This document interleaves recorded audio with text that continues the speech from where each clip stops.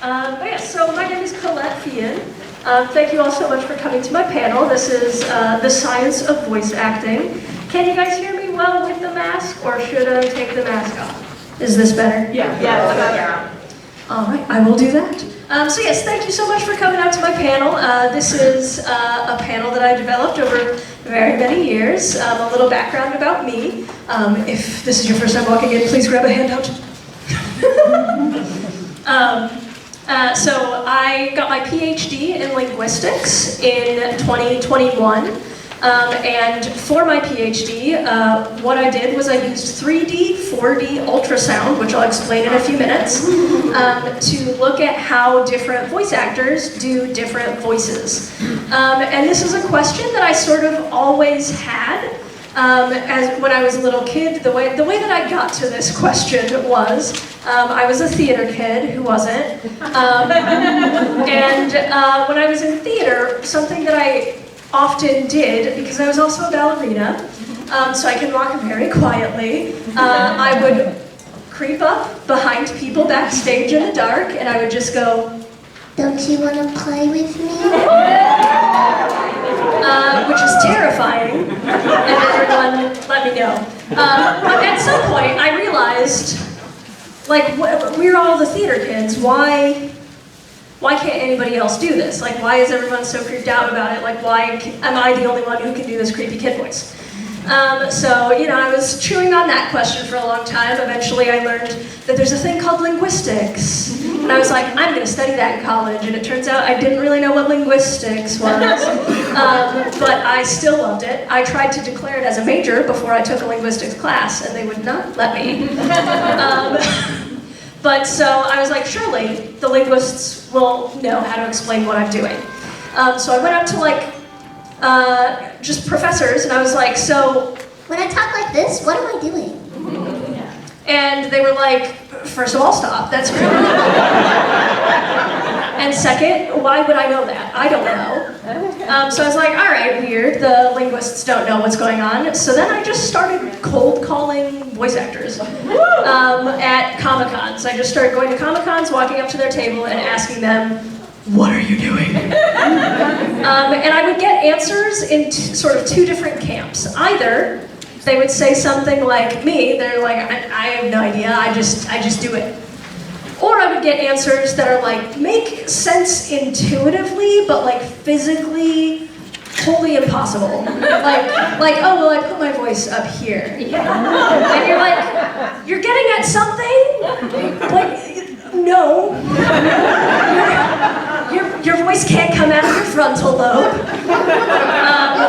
So finally I was like, well, maybe just no one knows. Maybe this is actually a really interesting question. So I went into graduate school trying to answer this question, or at least trying to start pulling at the threads to start getting some of those answers.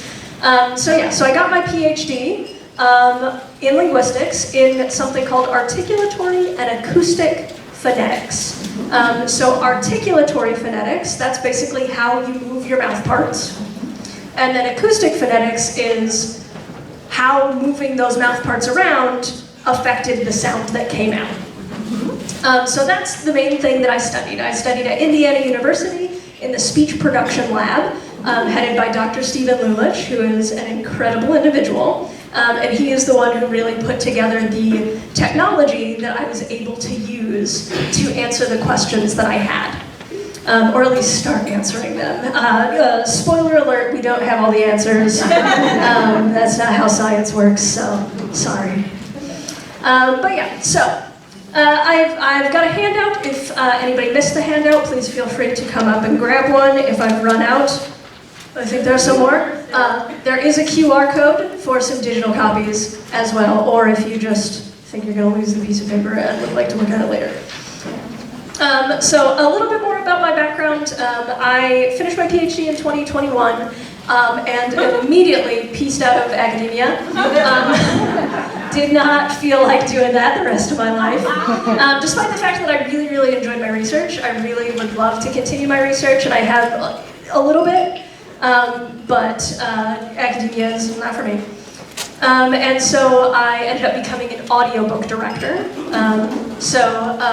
what I mainly do for my main gig is I direct audiobooks, and my background in articulatory phonetics has really, really helped me actually in directing audiobooks.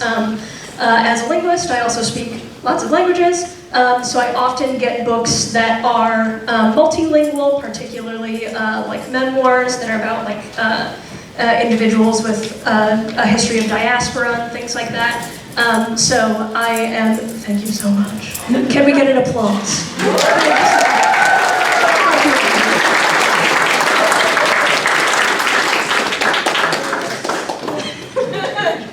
Didn't know that was coming at you. Thank you.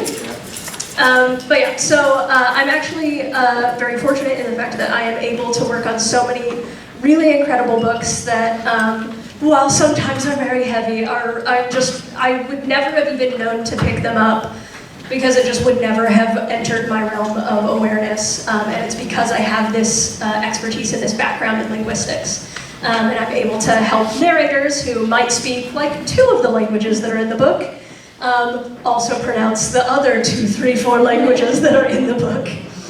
Because that's a huge issue when you're trying to do a book with one narrator. It's very unlikely you're going to find one narrator who speaks 4, 5, 6 languages. But yeah, so that's a little bit more about my background. I've also done some voiceover. You can hear me in Cobbler's Gulch, which is a narrative podcast. I play a little boy, his name is Zip. And he's a shapeshifter, but he's not very good at it because he gets too nervous. So as a shapeshifter, I also got to do lots of animal sounds in that, so be aware. But yeah, so going into the handout here. So has anybody seen these diagrams before? That's what your face looks like. Really. If I sliced my face this direction and just sort of took this half off, and you were looking at the middle of the inside of my head, that is what it would look like, that first diagram right there. And this is what we call a cross-section of your vocal tract. And essentially, the big thing that we're thinking about when we're thinking about ultrasound is the tongue. What is that tongue doing? I did joke, and eventually did not actually name my dissertation What That Tongue Do. But I was very tempted. A little bit about ultrasound. So who here has heard of what ultrasound is? Yeah. Great. Ultrasound, just like what you use to look for a baby. But this time, the baby is your tongue. So just take that ultrasound probe, flip it upside down, and stick it under your chin. And if you use the ultrasound that way, you can actually see what your tongue is doing while you're talking. The way ultrasound works is it's essentially an array of a bunch of tiny little crystals called piezoelectric crystals. And they vibrate really, really fast. And they make really high frequency sound. And it is emitted from that probe, and it comes out sort of in a cone shape, which is why on a baby ultrasound, right, it's always in a cone shape, right, because the sound radiates out. And so in the context of linguistics, so if you have your ultrasound probe under the chin, that sound travels really efficiently through all of the tissues in your head. It goes through all the muscles underneath your throat, through your tongue, because it's all a similar density. But then, once that sound hits the air on top of your tongue, that's a much different density from the muscle, so the signal bounces back, and the probe times how long it takes for that signal to come back, and then it translates it to an image for us to look at. So when you're using ultrasound, that's essentially how it works.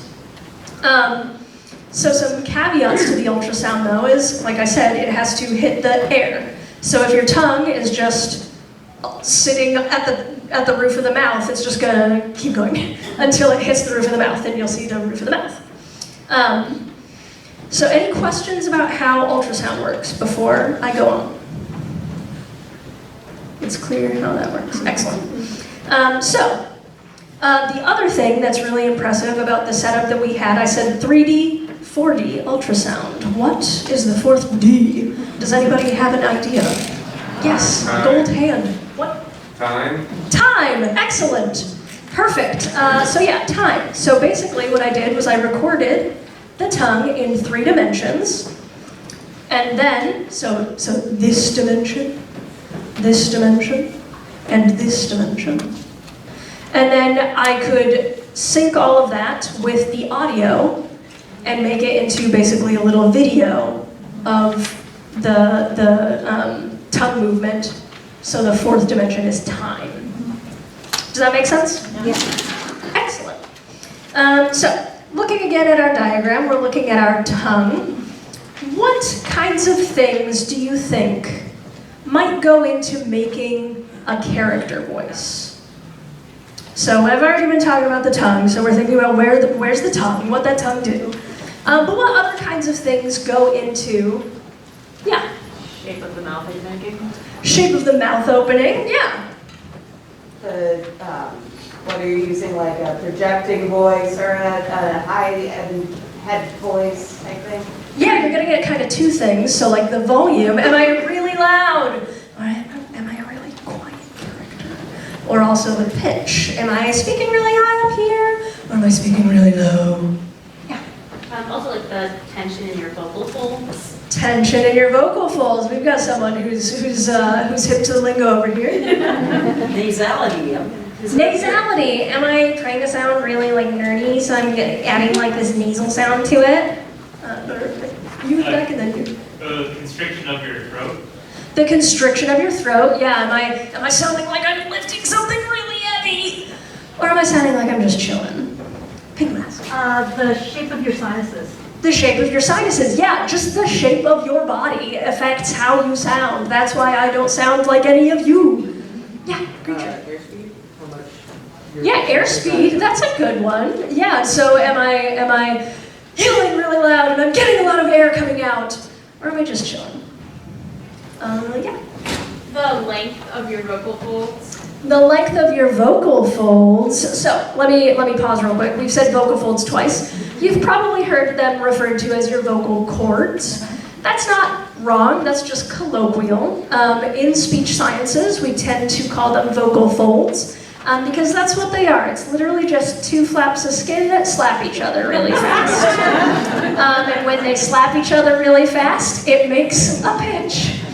And that's what your voice sounds like. Congratulations, you are flaps of skin slapping each other. But yes, so I think the last one was length. So if your vocal folds are really long versus really short, that's going to affect the pitch. Anything else? How sick you're feeling? How sick you're feeling. That really does, that does. When you're really sick and you can't really get nasal sounds out. Vocal fry. Vocal fry. When you're sounding really creaky like this. That's vocal fry, more or less. Pig mask again.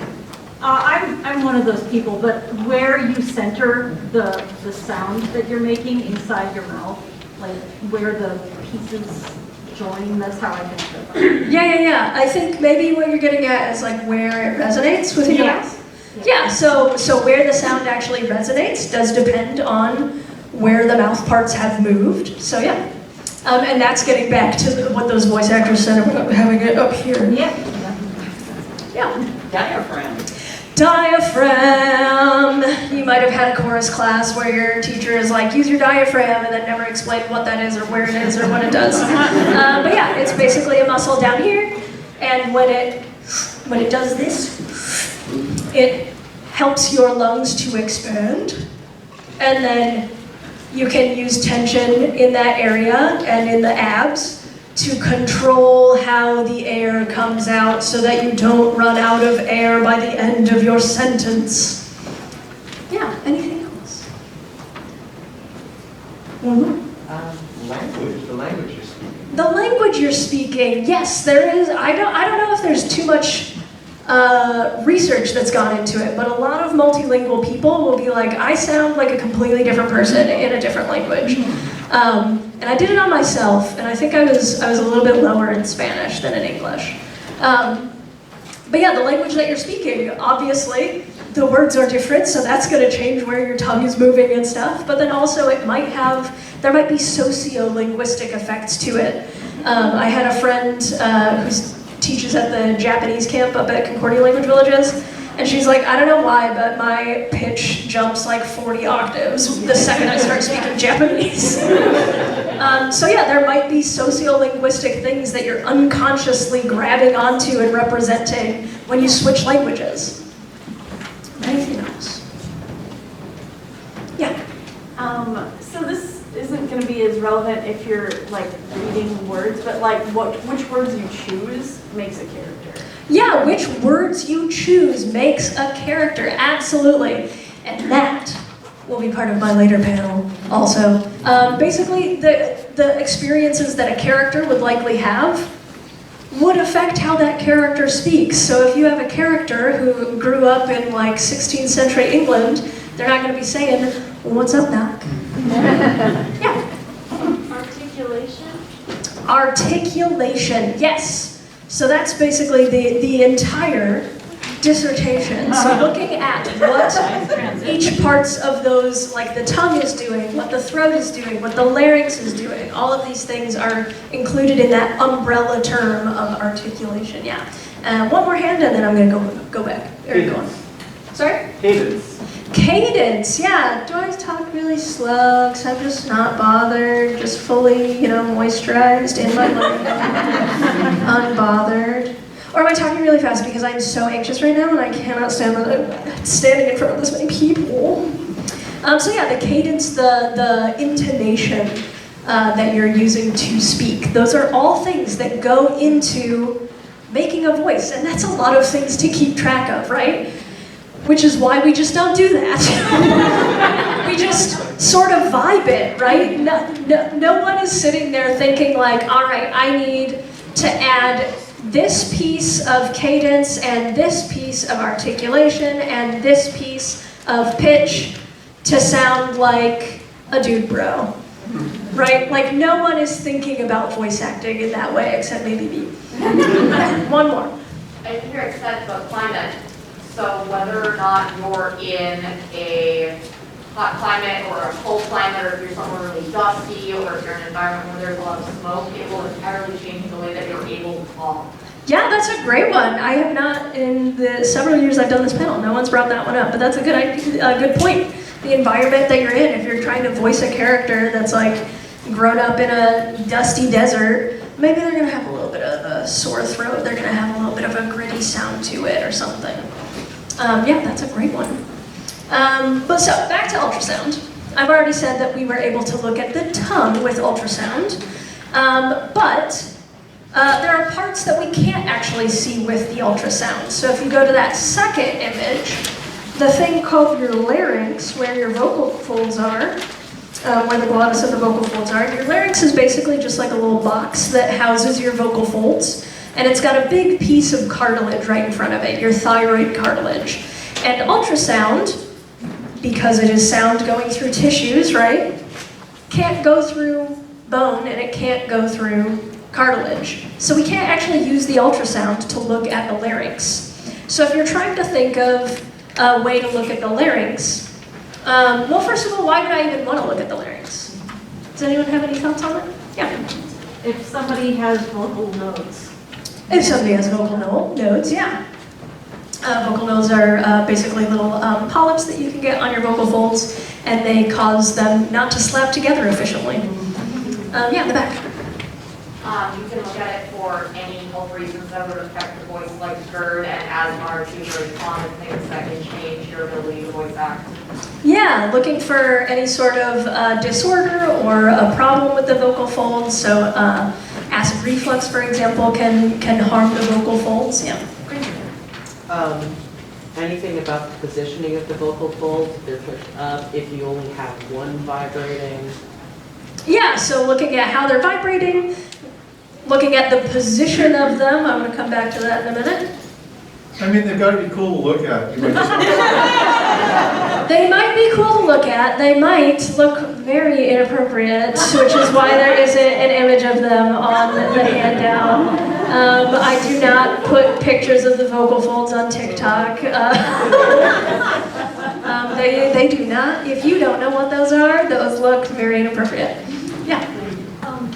Maybe so that you can see what shapes they are based on what sounds are being made? Yeah, to look at how the shape and the position changes based on what sound is being made. So, in the context of my research, I was looking at people talking like their regular adult self, And people talking like little kids. So, one of my hypotheses was, based on just my own thoughts about what I might have been doing, was I thought that the larynx might be raising, which would effectively make the vocal tract shorter, at least by a little bit. If you raise your larynx, it's shortening your vocal tract, which makes it sound a little bit smaller. But I couldn't look at that with ultrasound. So what I did to get around that is I used something called electroglottography, EGG. And electroglottography sounds very scary, but it's not. It's just two pairs of electrodes. And by electrodes, I mean they sense electrical activity. They do not shock the participants. But you put one channel here above the larynx and one channel here below the larynx. And what that does is when you raise your larynx, the top channel gets louder than the bottom channel. And you can say, yep, ding, ding, ding, the larynx raised. Or if you lower your larynx, like if you're like swallowing, this lower channel will get louder than the upper channel. And you can say, yep, ding, ding, ding, the larynx lowered. So that was a way that I got around it. It's not a way to visually see the larynx, but it is a way to infer if there was movement based on the muscle activity surrounding it. Does that make sense? Okay, cool. So we've got two of our major parts. We've got the tongue being seen in ultrasound, and we've got the larynx being observed in electroglottography. So now, I'm going to take you to this bottom image, which is my face. That's my tongue. And so let me orient you a little bit to this image. So, as you can see, basically, my face is facing this direction. The front is that way. And on these images, the right one is me saying, ah, as an adult. And the left one is me saying, as a little kid. Other way around? The right one is me as a kid. Did I say that backwards? Yeah. Lo siento. So yeah, the right one is adult and the left one is child. This is my left. They're labeled, you got it. Okay, so in this image, you can see sort of yellow lines, and then you can kind of see like yellow staticky stuff. So basically all that staticky stuff is noise. That's because muscles aren't just fibers all going the same direction, right? You've got different muscles crisscrossing in different ways, and it creates noise in the image. But the main yellow line that I have sort of underlined with black dots, the one that's lower, that's your tongue. The one that's higher is the roof of the mouth. Another thing that I did was I used a dental alginate, which is sort of like that squishy stuff that you use at the dentist to get an impression. But instead of putting it on their teeth, I put it on the roof of their mouth, created a 3D impression of their palate or the roof of their mouth, and then scanned that into a computer, and then was able to position that over the ultrasound images so that we could see where the tongue actually touches the roof of the mouth. Question? Did you only do the hard palate, or did your study also include portions of the soft palate to go back into the throat? No, I did not have any impressions of the soft palate. It's not really, the gag reflex is too strong. So it's just the hard palate. So yeah, you would be right in that we have imaging basically from here to here, and then it's all a mystery, and then the larynx. So yes. So again, looking at this, we've got our two lines. We've got the tongue on the bottom, and then we've got the palate on the top. Tongue on the bottom, palate on the top. So I'd like you guys to look at these two images for a few seconds, and then just tell me some observations that you have about differences across the adult versus the child condition. Yeah. I'm super interested in the high-eyed bone shadow. Okay, here, we'll wait on that. I'm going to explain what it is first, but first I want to get some ideas. Looks like the length of the air passage behind the arch of the tongue is shorter on the child voice. Yeah, the length of the passageway is shorter on the child. How did you come to that conclusion? Just looking at the geography of it, essentially looking at the arch of the tongue as marked versus the narrow passage behind it, you see it kind of ooches up. So you're talking in the girl voice. Yeah, so the little kid voice, the back of the tongue is sort of squished up and a little forward. Yeah, that's great. Other observations? Yeah. The yellow depth is kind of more concentrated in the child one, so it's brighter red and seems kind of closer together, denser than in the adult one, it's really more spread apart. Which part is more? The yellow kind of. Yeah, so the yellow is sort of squished farther forward and it seems a little more dense. Yeah. Anything else? Does that mean the tongue is farther forward? Yes, very good.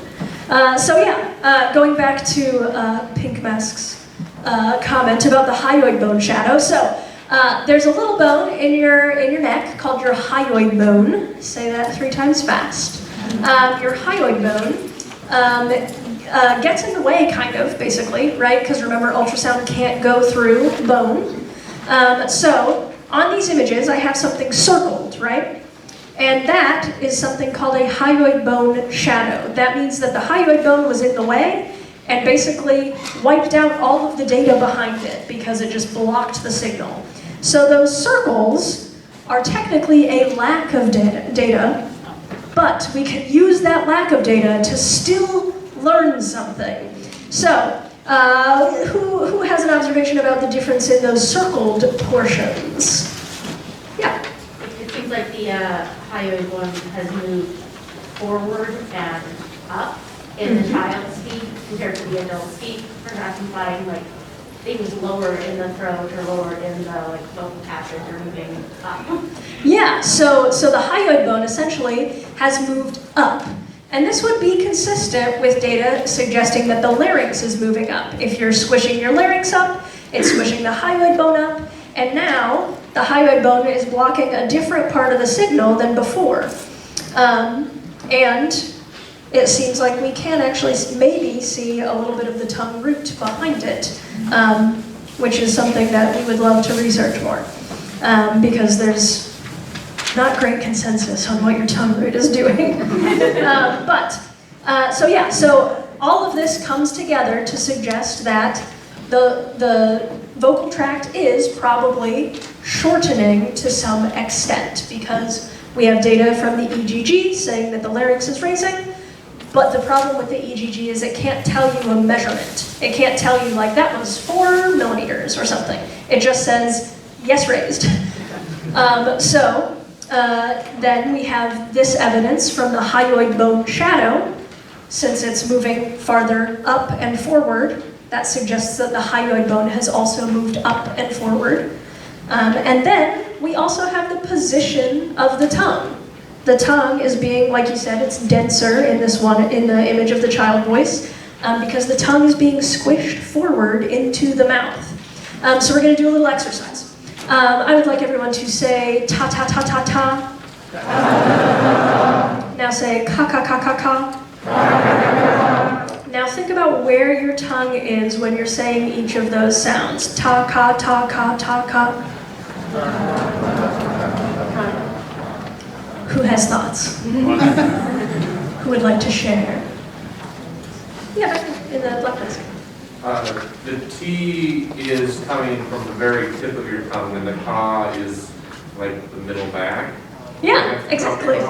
Yeah, so the T, when you think of a T sound, it's being pronounced with the tip of your tongue farther forward in your mouth.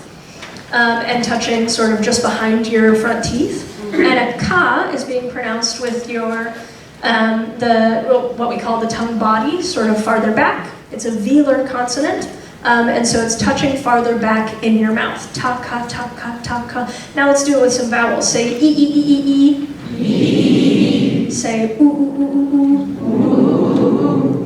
E, oo, e, oo, e, oo. What are some observations about where your tongue is there? Yeah? It can stay put. It can stay put. It's got to be moving a little bit to make them different. Just a little bit raised for which one? The ooh. For the ooh, raised a little bit. There was another hand over here. I'll do blue hair first. All right, so when you're doing them, it's the tongue position. So it's like the E, it's flat, whereas the oo, it kind of is more oval shaped. Yeah.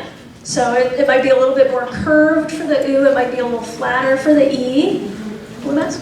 I was going to say, for me anyway, it feels more of a slight constriction in the back. For the Yeah, for which one? For the E. And then for the ooh, it kind of relaxes and flows forward, if that makes sense. You're thinking of your tongue tip. So yes, for ooh, the tongue tip is going back because you're raising the back of your tongue to make that ooh sound.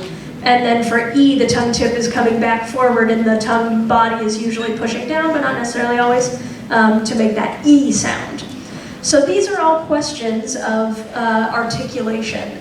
Vowels are really difficult because there isn't a specific spot where your tongue is touching something to get like a landmark, like a consonant. And that's why consonants like American English R and L are very difficult because they also don't always touch anything.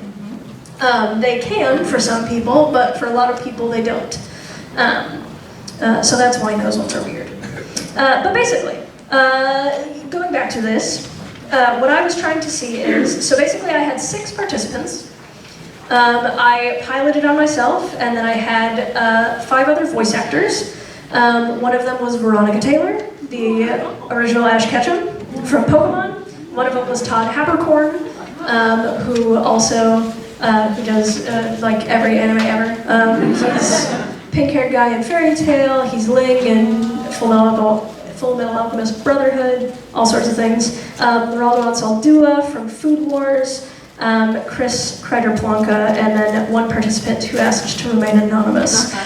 So I am not breaking rules by telling you who these people are. They wanted to be associated with the research. But so I investigated all of these individuals, and I had them come in, read a couple stories. I had them come in and do basically series of syllables.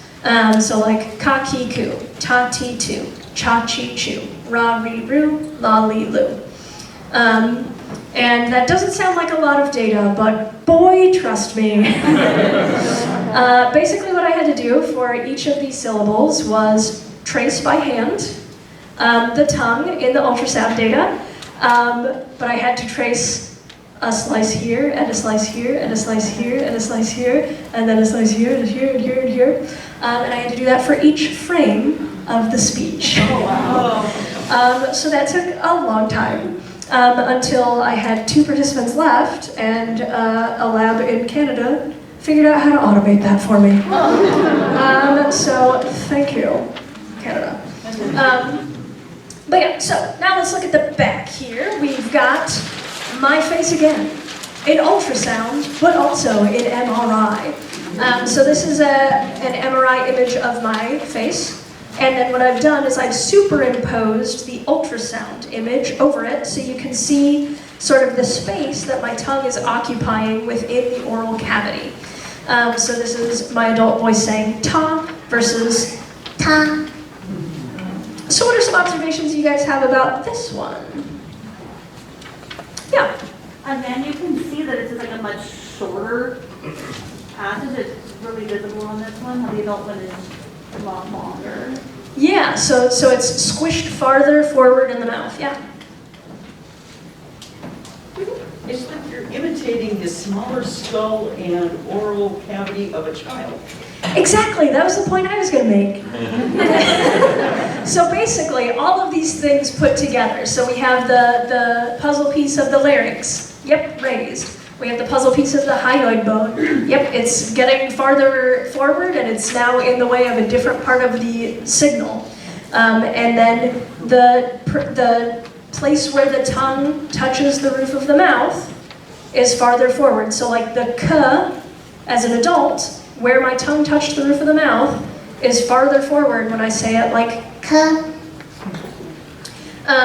So all of these things come together to create this larger picture of, if you want to sound smaller, you can do a bunch of stuff and pretend like your vocal tract is smaller. You can simulate a shorter vocal tract by doing all of these things together. I will say not all of the voice actors did all three of those things, but still achieved a childlike voice, obviously, because they are professional voice actors who do that voice for a living. So all of these things together, or sometimes other combinations of not all three, can create these childlike percepts. So now, I'm going to give you just a little bit of physics. Just a little bit. I promise it's just a really small amount of physics. This is something called perturbation theory, this last image on that handout. And the idea of perturbation theory, the important aspects of it are that the way something sounds is a function, or depends on, the length of the tube, the length of the vocal tract, but also importantly, where you constrict that tube in relation to how long the tube is. So, if I have a tube and I constrict in one place to make a K sound, if I change the length of the tube, the place where I constrict necessarily must be different in order to still sound like a K to us. Otherwise, it'll sound like a different consonant. Because think about how big your mouth is. It's not very big, right? If you're getting all of the consonants that you can get with just that amount of space, if you miss it by even a little bit, it just doesn't sound quite right. So if you change the length of the tube by, say, shortening your vocal tract and squishing your tongue forward, you're also going to have to change the way the things are articulated. One thing that I didn't get to investigate, because it was just very difficult and there was not a good way to normalize it, was looking at your tongue basically doing this while you're talking. So one thing that I know I do is I sort of take the edges of my tongue and just sort of lay them against the inside of my teeth. And so I have like sort of this tube-like posture the entire time I'm talking like a little kid. So that's my hypothesis for that, would be that is another way of making that vocal tract sound smaller, because you're also making the width smaller, right? But I don't have any data on that because it was much, I need technology to get it together.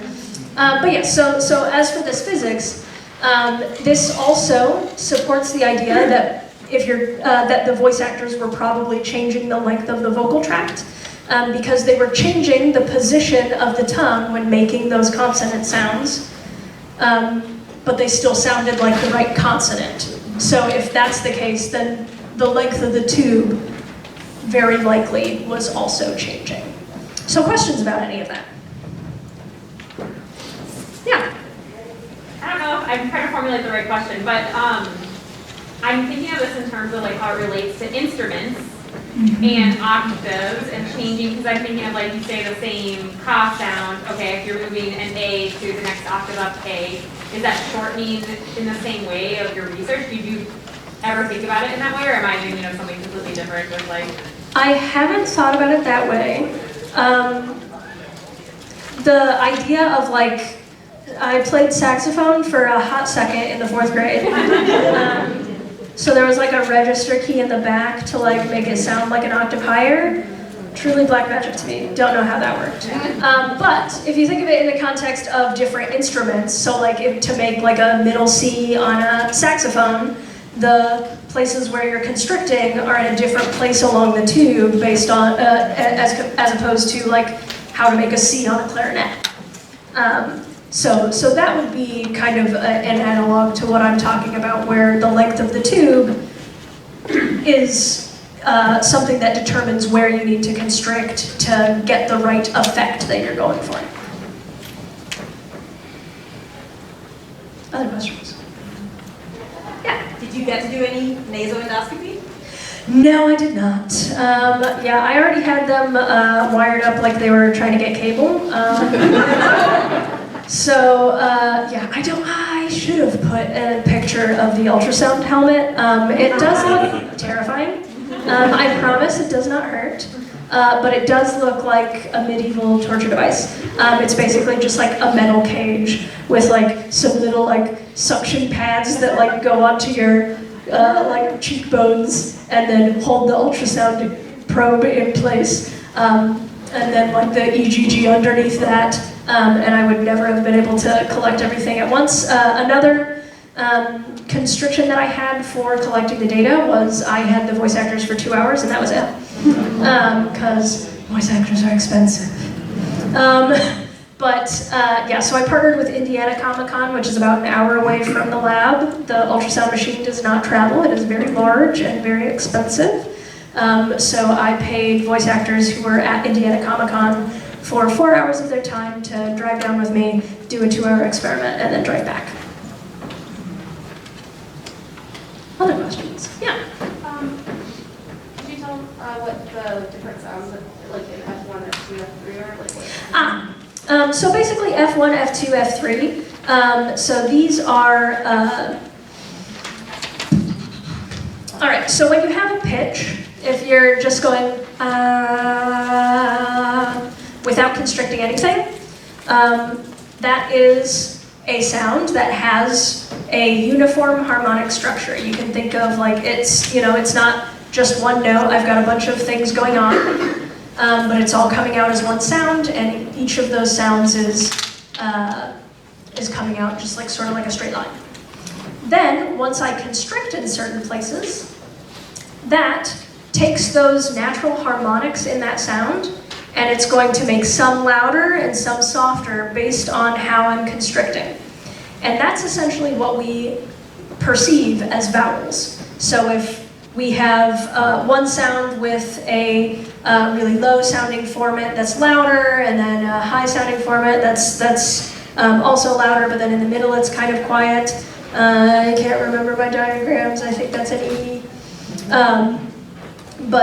So essentially what those Fs are, if you've ever heard the term formant, each vowel has its own formant structure. But these are, the formants are a function of those resonances that come from the vocal folds and then are either attenuated or amplified based on what the upper part of the vocal tract is doing. Thank you for the question. Yeah?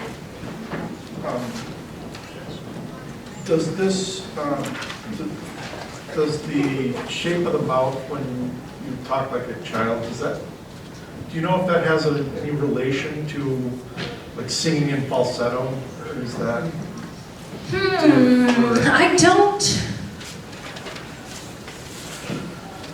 I haven't done any research on that. I would say that it tangentially might. So if you change the pitch, you also need to adjust the articulation. If any singers are out there, you might know that when you're singing like an E at this pitch, you're going to have to adjust. If you then sing it at a really high pitch, you can't. If I just go like E, that sounds really strange. But if I go E, and I lower the tip of my tongue a little bit to maintain that E at a different pitch. So I think it would relate in that way, but I don't think it would necessarily relate in terms of the laryngeal movement and the hyoid movement. Yeah? Did you ever like other folks that there just like, are people looking at like the absolute distance that you can move your mouth to get different consonant sounds? And like how that interacts with like voice offset time and stuff? Like if you're thinking. No, that was one of my big arguments for doing this. So most of linguistic research is looking at people talking in normal ways, in just the way that they speak normally on a day-to-day basis. In order to really test our physical models of how, physical and acoustical models of how speech works, you have to find out what's physically possible. I read a textbook, I won't name it, but I read a textbook by someone who is not a phonetician, who tried to argue that there was a glottal nasal. Let me explain why that's dumb.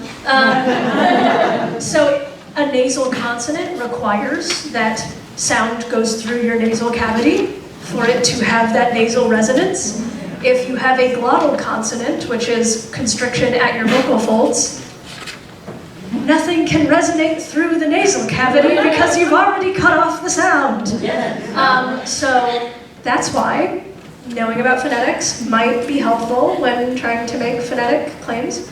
But that's also why it's important to see what's physically possible for human vocal tracts to do. I really think that there's a large area that we could explore by using voice actors specifically in linguistic research.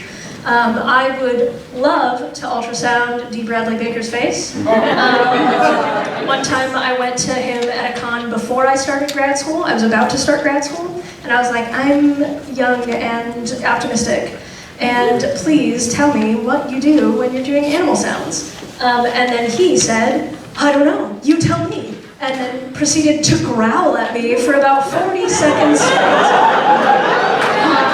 And it was delightful. And then he finished, and he was like, so what did I do? And I was like, I have no idea, but that was great, thank you.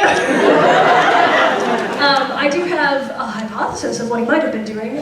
One thing he was doing while he was growling at me was sort of changing the opening on his nose, like this, while he was growling. So I think he was adjusting the airflow through his nasal passage to try and use the nasal passage as an additional resonating chamber to make that loud, growly sound. For those who are not aware, D. Bradley Baker, if you've heard an animal or monster sound in animation, it was probably him. Appa, Momo, beast version of Ida from Owl House. Basically any animal, he was it. But yeah, so. All the clones in Clone Wars. Oh yes, every clone in Clone Wars. I saw the piece of paper somewhere, yes. Wondering how this might relate to throat singing.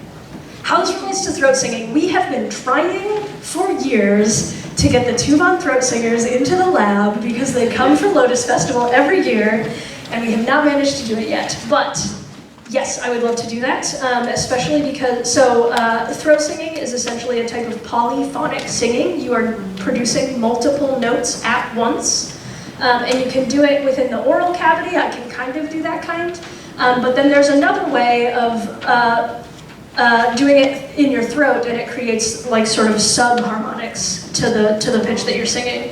And my hypothesis was that they're probably using their vocal folds and their false vocal folds at the same time, creating multiple notes, but we have not been able to get them in the lab, so I don't know. Yeah.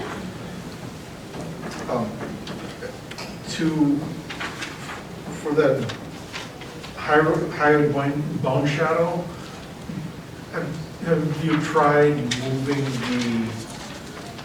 the transducer forward and back to image different parts?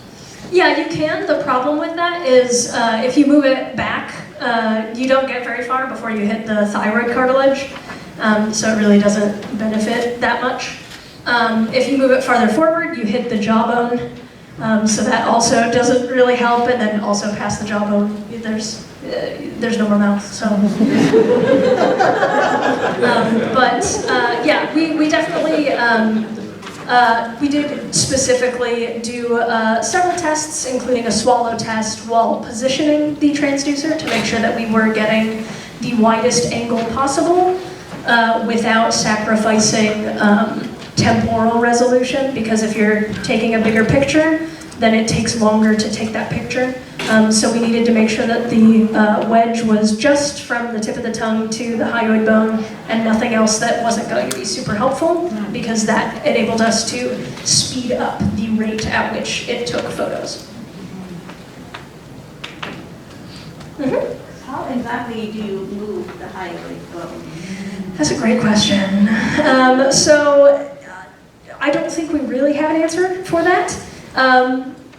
If you are constricting muscles in your neck, your hyoid bone is moving. If you swallow, your hyoid bone is moving. If you yawn, your hyoid bone is moving.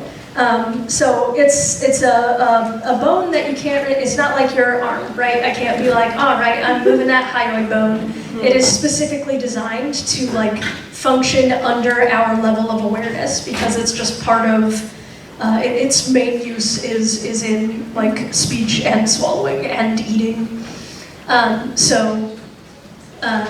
Yeah, in terms of how to move the hyoid bone, essentially if you're doing anything with your larynx, your hyoid bone's probably along for the ride. Yeah, agreed. So how does the hyoid bone help like swallowing? Now we're moving into an area that I do not have expertise in, but I suspect that Pink Mask might. How does, what exactly is the hyoid bone doing during swallowing? That's not a thing I've studied. Yeah, I haven't studied it, but essentially... It's covered up by the epiglottis. What? It's part of what anchors the epiglottis, right? Yeah, so you've got a little spoon piece of cartilage. You might see it in this second image, your epiglottis. And that's the thing that like snaps shut over your trachea so that you don't swallow food into your lungs. When you swallow down the wrong tube, that is an epiglottal malfunction. And so, yeah, your hyoid bone attaches to that piece of cartilage. So whenever you're doing, like, when your epiglottis smacks shut over the trachea, that's how the hyoid bone is helping, because it helps support that movement, and it also helps time that movement properly. Yeah. Your hyoid bone appears often in police procedurals, and in this case, it's the thing that gets broken when the victim is choked to death. The more you know. If you get choked too hard, your hyoid bone is broken.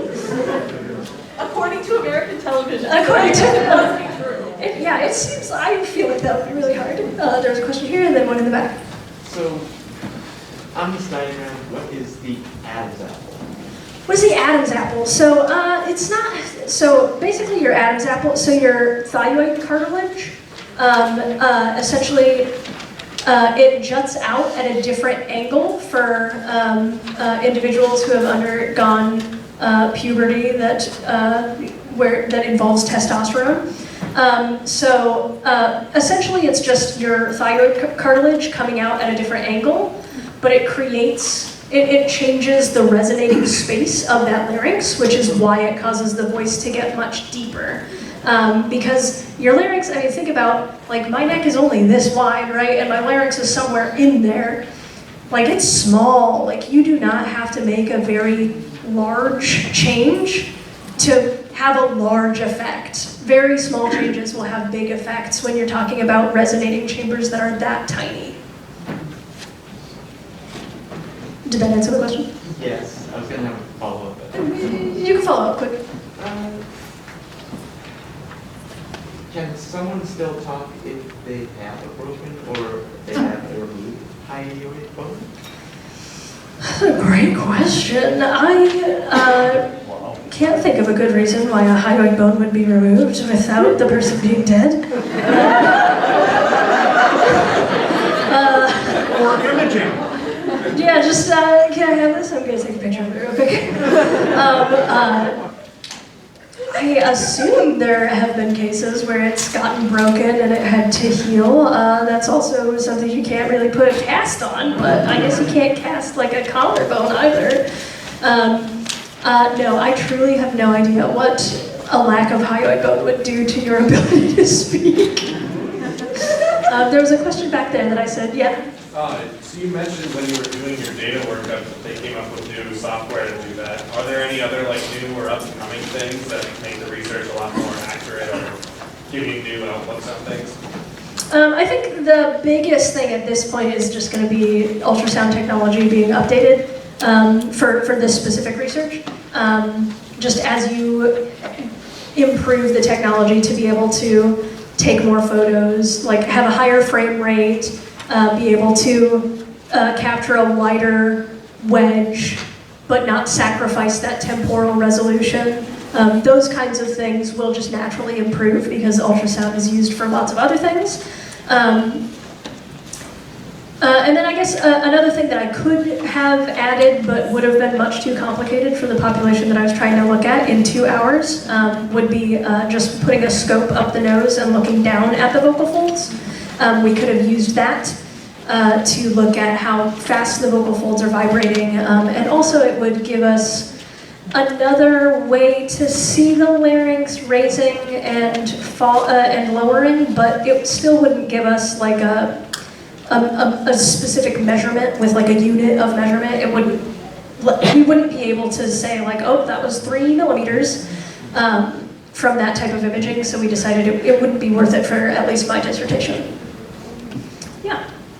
What is the sound that voice actors make that you wish you could study the most? Like, The sound that the voice thing that happens or that you hear them do that you're like, ow, I want to study that one. Perry the platypus. Yes. I have watched him do it, and I don't get it. I would like to ultrasound that. I would also like to ultrasound, there are several people who can, actually this probably isn't even imageable with the ultrasound, I would have to get clever, but there are people who can just like purr like cats. And they're doing it without like trilling their tongue. Like I can be like I can do that, but I'm trilling the tip of my tongue. I've seen people do it with something in the back of their throat. I don't know if it's their uvula, I don't know if it's whatever, but I would love to figure that one out. Thank you for that question. Can you talk a little bit about like how you make your voice sound lower? Right, we just talked about how to make it higher, people use making it higher, but like if you wanted to say like sound like a whatever. Yeah, so I've talked a lot about sounding smaller. The question is how do you sound, how do you have a lower sounding voice or like a deeper voice? And to some extent you are limited by your anatomy, right? Like I have the size chest that I have the size lungs that I have the size throat that I have, and I can squish stuff to make it sound smaller, but I can't make more of me, right? So the main thing that I know of is lowering your larynx. So if I'm talking and I lower my larynx a little bit, I can have a little bit of a lower pitch without really doing much else. Yeah, so that's one of the big things. That ties into one thing that I would really like my dissertation research to be used for investigating and also informing therapeutic techniques for individuals who are seeking vocal therapy for matching their gender identity. And unfortunately, at least based on my research, I know far more ways to make it sound smaller or higher or like a generally smaller person, as opposed to trying to sound like a bigger person, have a lower resonance or something like that. But I would really like this sort of model to be used to investigate and create more literature on how to help transgender, non-binary individuals. That's one of the big goals that I had for this research, especially because you get a lot of voice actors who are sort of gender swapping or gender bending, and why haven't we been using them to figure out like what they're doing and then help other people do that? I think we are out of time, but thank you so much for coming to the panel. If you would like